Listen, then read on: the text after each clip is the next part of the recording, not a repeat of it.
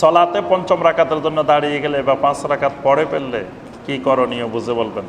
পঞ্চম রাকাতের জন্য যদি দাঁড়িয়ে যান, চতুর্থ রাকাতে যদি বসেন, যদি চতুর্থ রাকাত বসে 2 রাকাত মনে করে দাঁড়িয়ে গেছে পঞ্চম রাকাতে, তো যখন আপনি রুকু করেন নাই, রুকু করার আগ পর্যন্ত বা রুকু করে ফেললেও যখন খেয়াল হবে বসে যেতে হবে।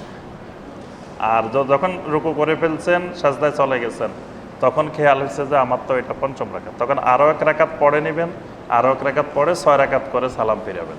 এখানে 4 রাকাত ফরজ আদায় হবে, 2 রাকাত আপনার নফল হবে। কিন্তু যদি 4 রাকাতের পরে বসেন নাই, বসা ছাড়া দাঁড়াই গেছেন, তাহলে শেষ বৈঠক হয় নাই। এই জন্য আপনি 6 রাকাত পড়ে সালাম ফিরাবেন, কিন্তু আবার দৌড়ায় পড়তে হবে, কারণ সলাৎ হয় নাই, যে বৈঠক হয় নাই, যেহেতু একটা ফরজ বাদ গেছে, এই জন্য ওই সলাৎ আবার দৌড়ায় পড়তে হবে, শেষ বৈঠক বাদ গেছে। পবিত্র রমাজানের সিয়ামের নিয়াত 30 দিনের জন্য একবার করলেই কি চলবে, না প্রত্যেকটি রোজার জন্য আলাদা আলাদা নিয়াত করতে হবে? প্রত্যেকটি ইবাদতের সাথে আলাদা আলাদা নিয়াত সম্পৃক্ত। মানে আমি 5 ওয়াক্ত নামাজের নিয়াত সকালবেলা করে ফেললে হবে না, একসাথে ফজর, জোহর, আসর, মাগরিব, এশা সব নিয়ত করে ফেললাম, এরকম হবে না। ফজরের সময় ফজর, জোহরের সময় জোহর, আসরের সময়। ঠিক রমাদানের প্রতিদিন একটা ফরজ, প্রতিদিনের সিয়াম একটা ফরজ। ওই সিয়াম যখন ফরজ, সিয়ামের নিয়তও ফরজ। বাস যেদিন শুরু হবে সেই দিনের জন্য নিয়ত করব। সেই নিয়তটা তো অন্তরে, সেটা তো আর বাংলা কিছু বলতে হবে না, আরবিতেও কিছু বলতে হবে না। আর সাহারির সময় উঠলেই নিয়ত, কারণ সাহারির সময় আমরা এখন উঠি 11 মাস কিছু খাই না, তো ওই সময় খাওয়ার জন্য উঠছি, মানেই হলো যে আমি সিয়ামের জন্য উঠছি, এটাই নিয়ত। কোনো অসুবিধা নাই, কারণ সে তো ঘুমানোর সময় উঠার নিয়তে ঘুমাইছে, সাহারি খাবে, কোনো কারণে উঠতে পারে না। ওই ঘুমানোর সময় যে সাহারির নিয়তে করছে, এটাই তার সিয়ামের নিয়ত। আর ঘুম থেকে উঠার সাথে সাথে সে নিয়ত করে ফেলবে যে আজকে সিয়াম পালন করবে। 1 মাসের জন্য তো নিয়ত থাকবেই, প্রত্যেক মুসলিম তো প্রথমে তার নিয়ত থাকবেই যে আমি 30 দিন সম্পূর্ণ মাস আমি সিয়াম পালন করবো, এই নিয়তটা থাকবেই। আর প্রত্যেক দিন আলাদা আলাদাভাবে থাকবে, কারণ 30 দিন করার পরে মাঝখানে তার ভাঙ্গাও লাগতে পারে। যেমন সফরে গেছে রমজানের মাঝখানে, তো তখন 30 দিনে যদি একসাথে করেন, তো সফরে গেলেও তো ভাঙ্গা যাবে না, আপনার তো একসাথে 30 দিনের হয়ে গেছে, কোনো অবস্থা আর ভাঙতে পারবেন না। এই জন্য প্রত্যেক দিনেরটা প্রত্যেক দিনের সাথে সম্পৃক্ত। যেদিন আপনি সফরে থাকবেন, যেদিন অসুস্থ থাকবেন, সেই দিনেরটা আপনি নিয়ত করলেন না। আচ্ছা, জমি বন্ধক রাখা কি জায়েজ? জমি বন্ধক রাখা জায়েজ, তবে বন্ধক আমরা যে পদ্ধতিতে রাখি এই পদ্ধতিটা জায়েজ নাই। আমাদের পদ্ধতি হলো সুদের পদ্ধতি, যে আমার কাছে জমিটা বন্ধক দিবেন, আপনাকে টাকা দিলাম, যতদিন আপনি টাকাটা ফেরত দিবেন না এতদিন আমি জমি এটা ভোগ করতে থাকবো, পদ্ধতি জায়েজ নাই। কিন্তু শরীয়তে বন্ধক জায়েজ আছে। সে বন্ধকের পরে, বন্ধকটা হইলো টাকাটা যে আপনি আমার থেকে নিছেন, এটা সিকিউরিটি। টাকাটা না দিলে আমি আপনার জমিটা রেখে দিলাম। এখন এই জমিটা রাখার পরে জমি থেকে যে ফসল উৎপাদিত হবে, এই ফসল মালিক এবং আপনি দুইজনে ভাগ করে নিতে হবে। আপনি খাইলে সম্পূর্ণ এটা সুদ, এটা জায়েজ নেই। যেমন নবী সাল্লাল্লাহু আলাইহি সাল্লামের যুগে উট বন্ধক রাখা হইতো, ঘোড়া বন্ধক রাখা হইতো, এরকম বিভিন্ন প্রাণী বন্ধক রাখা হইতো। এখন কিছু প্রাণী ছিল দুধ পাওয়া যেত, আবার কিছু প্রাণীর দুধ নাই। তো যেটা দুধ পাওয়া যাবে, তো এটার সব দুধ উনি খাইতে পারতো না, এই দুধ মালিককেও দিতে হবে, সেও রাখতে হবে। নবী সাল্লাল্লাহু আলাইহি সাল্লামের স্পষ্ট হাদিস আছে যে এই দুধ সে যে বন্ধক নিছে সে খেতে পারবে না, সে তার মালিককেও দুধ দিতে হবে, কারণ এটা তার কাছে বিক্রি করে নাই। এটার মালিক কিন্তু সে, যে ওই ওটার মালিক, গাভীর মালিক, সে কিন্তু মূল মালিক। আপনি মূল মালিকের থেকে আপনার এখানে বন্ধক রাখছে, মানে আপনার কাছে এটা বিক্রি করে দেয় নাই। আপনি সব দুধ খাইবেন, সে কোনো দুধ পাবে না, এটা হবে না। তো ঠিক একইভাবে জমি থেকে উৎপাদিত যত ফসল হবে, সেই ফসলের একটা অংশ মালিক, একটা অংশ আপনি যদি এভাবে ভাগ করেন, সেটা কত অংশ নেবেন সেটা আপনাদের সমঝোতার ভিত্তিতে, সেটা ইসলাম নির্দিষ্ট করে নেয়। কিন্তু একেবারে সম্পূর্ণ যদি বন্ধক যে নিছে সে খায়, এটা জায়েজ। নবীজি কি আমাদের রুহানি পিতা? বুঝিয়ে বললে উপকৃত হব। নবী সাল্লাল্লাহু আলাইহি সাল্লামের সাথে রুহানি পিতা, রুহানি ভাই, রুহানি এই জাতীয় এগুলো হলো সব মানে সুফিবাদী কথাবার্তা। আল্লাহ সুবহানাহু ওয়া তাআলা আমাদেরকে বলছেন, নবী সাল্লাল্লাহু আলাইহি সাল্লামকে আমরা বলবো আবদুহু ওয়া রাসূলু, তিনি আল্লাহর বান্দা, তিনি আল্লাহর রাসূল। মা কানা মুহাম্মাদুন আবা আহাদিম মির রিজালিকুম ওয়ালাকিন রাসূলুল্লাহ, তিনি আল্লাহর রাসূল। তিনি আমাদের আব্বাও না, তিনি আমাদের ভাইও না। আমরা ওনাকে আব্বা বলেও ডাকবো না, ওনাকে ভাই বলেও ডাকবো না। এই জাতীয় যে শব্দ আল্লাহ ব্যবহার করেন নাই বা নবী সাল্লাল্লাহু আলাইহি সাল্লাম আমাদেরকে বলে নাই, ওইসব নিয়ে চিন্তা করারে আমাদের দরকারটা কি? এই জন্য আমরা নবী সাল্লাল্লাহু আলাইহি সাল্লামকে রাসূলুল্লাহ সাল্লাল্লাহু আলাইহি সাল্লাম, নবী সাল্লাল্লাহু আলাইহি সাল্লাম, এবং তিনি নবী হিসাবে যে সম্মান পাওয়ার কথা আমাদের থেকে, সে সম্মান পাবে।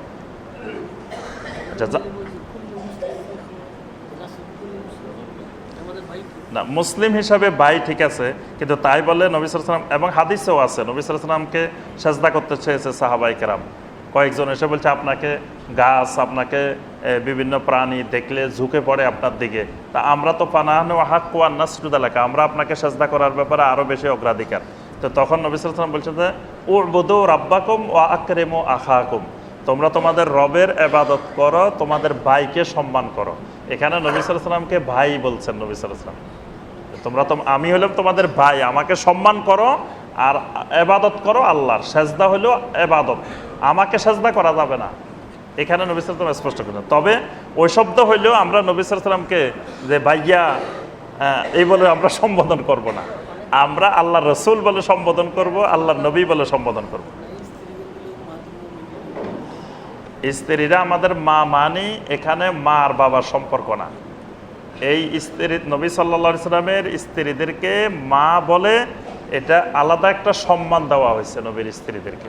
এখানে নবীর স্ত্রীরা মা বলে, রাসূল বাবা, বা আপনার ইব্রাহিম আলাইহিস সালাম আমাদের কি পিতা, তাই বলে নবী ইসলামের স্ত্রীরা আমাদের মা না, তারা আমাদের বোন। বুঝতে পারছেন? মানে এই সম্মানটা শুধুমাত্র আল্লাহ পাক নবী সাল্লাল্লাহু আলাইহি ওয়াসাল্লামের স্ত্রীদেরকে দিয়েছেন, যাতে নবী সাল্লাল্লাহু আলাইহি ওয়াসাল্লামের মৃত্যুর পরে কোনো ব্যক্তি নবী সাল্লাল্লাহু আলাইহি ওয়াসাল্লামের স্ত্রীদেরকে বিয়ে না করে। তারা মায়ের মতো, মা যেমন হারাম এরও হারাম, মাকে যেমন সম্মান করতে হয় নবী সাল্লাল্লাহু আলাইহি ওয়াসাল্লামের স্ত্রীদেরকেও এইভাবে এই উম্মত সম্মান করবে। এই জন্য আল্লাহ পাক তাদেরকে মায়ের মর্যাদা দিয়েছেন। মায়ের মর্যাদা দেওয়া এক কথা, মা আরেক কথা।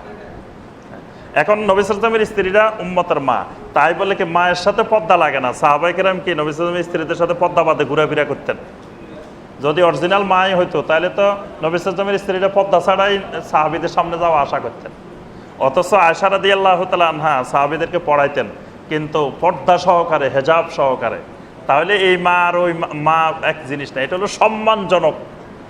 দেখবেন ডক্টরের ডিগ্রি দেওয়া হয়, সম্মানসূচক ডক্টরের ডিগ্রি। সম্মানসূচক ডক্টরের ডিগ্রি 100টা পাইলেও আপনি ডক্টর লিখতে পারবেন না নামের আগে। যত ডিগ্রি পান আপনি ডক্টর না, কারণ এগুলো সব সম্মানসূচক। আপনি গবেষণা করে ডক্টর হন নাই, আর গবেষণা করে ডক্টর হলে একটা ডিগ্রি দিয়ে আপনি ডক্টর লিখতে পারবেন, আর সম্মানসূচক 100টা পাইলেও আপনি ডক্টর না। তো এখানে এই মাটা হলো সম্মানসূচক মা, এই জন্য মায়ের হুকুম এখানে প্রযোজ্য হয় নাই যে মায়ের কারণে যে পর্দার, আমরা মায়ের সামনে পর্দা ছাড়া যাই, কিন্তু নবীর স্ত্রীদের সামনে পর্দা ছাড়া যাওয়া যায় না। জানাজার সলাতে রাফুল ইয়াদান করার বিধান কি, দলিল সহ বুঝিয়ে দিবেন। জানাজার সলাতে নবী সাল্লাল্লাহু আলাইহি ওয়াসাল্লাম রাফুল ইয়াদান করেছেন কি করেন নাই, এ ব্যাপারে সুস্পষ্ট কোনো দলিল আসে নাই। নবী সাল্লাল্লাহু আলাইহি ওয়াসাল্লাম রাফুল ইয়াদান করছেন এরকম হাদিসও আসে নাই, নবী সাল্লাল্লাহু আলাইহি ওয়াসাল্লাম করেন নাই রাফুল ইয়াদান এরকমও আসে নাই। তবে অসংখ্য সাহাবায়ে কেরাম থেকে রাওয়ায়াত আসছে যে সাহাবায়ে কেরাম রাফুল ইয়াদান করতেন জানাজার সলাতে। তো এই জন্য শাইখ বিন বাজ রাহমাহুল্লাহ, শাইখ উসাইমিন রাহমাহুল্লাহ, ওনারা বলছেন যে সলাতুল জানাজা রাফুল ইয়াদান করাটাই উত্তম, যেহেতু সাহাবায়ে কেরাম করছেন। আর সাহাবায়ে কেরামকে নবী সাল্লাল্লাহু আলাইহি ওয়াসাল্লামকে না দেখলে করছেন, নবী সাল্লাল্লাহু আলাইহি ওয়াসাল্লাম করছেন, সেটা দেখেই তো সাহাবায়ে কেরাম করছেন। তো যেহেতু সাহাবায়ে কেরামের দলিল পাওয়া যাচ্ছে, এই জন্য করাটাই উত্তম। আর কোন ফকিরা বলছেন যে না, যেহেতু নবী সাল্লাল্লাহু আলাইহি ওয়াসাল্লাম করেছেন বলে কোনো সরাসরি দলিল পাওয়া যায় নাই, এজন্য না করাটা উত্তম। তবে কাবার ইমাম, মদিনার ইমামেরা রাফুল ইয়াদান করেন, সলাতুল জানাজায় সবাই রাফুল ইয়াদান করেন। এটার উপরেই অধিকাংশ জমহুর উলামায়ে কেরামের আমল। হাদিস দ্বারা কি কোনো ফরজ সাব্যস্ত হয়েছে, হলে কোনটা? হাদিস দ্বারা অনেক ফরজ সাব্যস্ত হয়, হাদিস দ্বারা ফরজ সাব্যস্ত হতে পারে। যেমন জাকাতুল ফিতির ফারাদা রাসূলুল্লাহ সাল্লাল্লাহু আলাইহি ওয়াসাল্লাম যাকাতাল ফিতরে সাআম মিন তামারিন আও সাআম মিন শাঈরিন। যাকাতুল ফিতর ফরজ। ফারাদা রাসূলুল্লাহ সাল্লাল্লাহু আলাইহি ওয়াসাল্লাম, হাদিসে সরাসরি আসছে রাসূলুল্লাহ সাল্লাল্লাহু আলাইহি ওয়াসাল্লাম ফরজ করেছেন। তো রাসূলুল্লাহ সাল্লাল্লাহু আলাইহি ওয়াসাল্লাম হাদিস দ্বারা ফরজ হয়েছে, এটা কোরআনে আসে নাই যাকাতুল ফিতরের কথা। এরকম আরও অনেকগুলো শরীর বিধিবিধান আছে। শিশুকে দুধ পান করানো অবস্থায় সিয়াম রাখবে না পরে রাখবে? যদি এমন হয় যে শিশু আর কোনো খাবার খায় না, দুধের উপরে নির্ভরশীল, এখন যদি সিয়াম পালনের কারণে শিশুর স্বাস্থ্যের হানি হয়, মানে দুধ কম পায়, সমস্যা হয়, রুগ্ন হয়ে যায়, তাহলে তার জন্য রুখসত আছে, তিনি পরবর্তীতে রাখতে পারবেন। আর উত্তম হইল রাখা। এবং আজকের পত্রিকায়ও, আমি কোন পত্রিকায় দেখছি আজকে সকালেই, যে বিশেষজ্ঞ ডাক্তার বলছে যে সন্তানকে দুধ পান করানো অবস্থায় রোজা রাখলে দুধ কমে না। একজন বিশেষজ্ঞ ডাক্তার বলছে যে মা যদি সন্তানকে দুধ পান করান, তিনি যদি রোজা রাখেন, রোজা রাখার কারণে দুধ কমবে না, সন্তান দুধ কম পাবে না। এটা আধুনিক চিকিৎসা দ্বারা, বিজ্ঞান দ্বারা প্রমাণিত। এই জন্য এই ওজরে আমাদের মায়েরা সিয়াম না রেখে পরে রাখা এটা ঠিক না, রাখাটাই উচিত। সুবহানাকাল্লাহুম্মা বিহামদিকা আশহাদু আল্লা ইলাহা ইল্লা আনতা আস্তাগফিরুকা ওয়া আতুবু ইলাইক।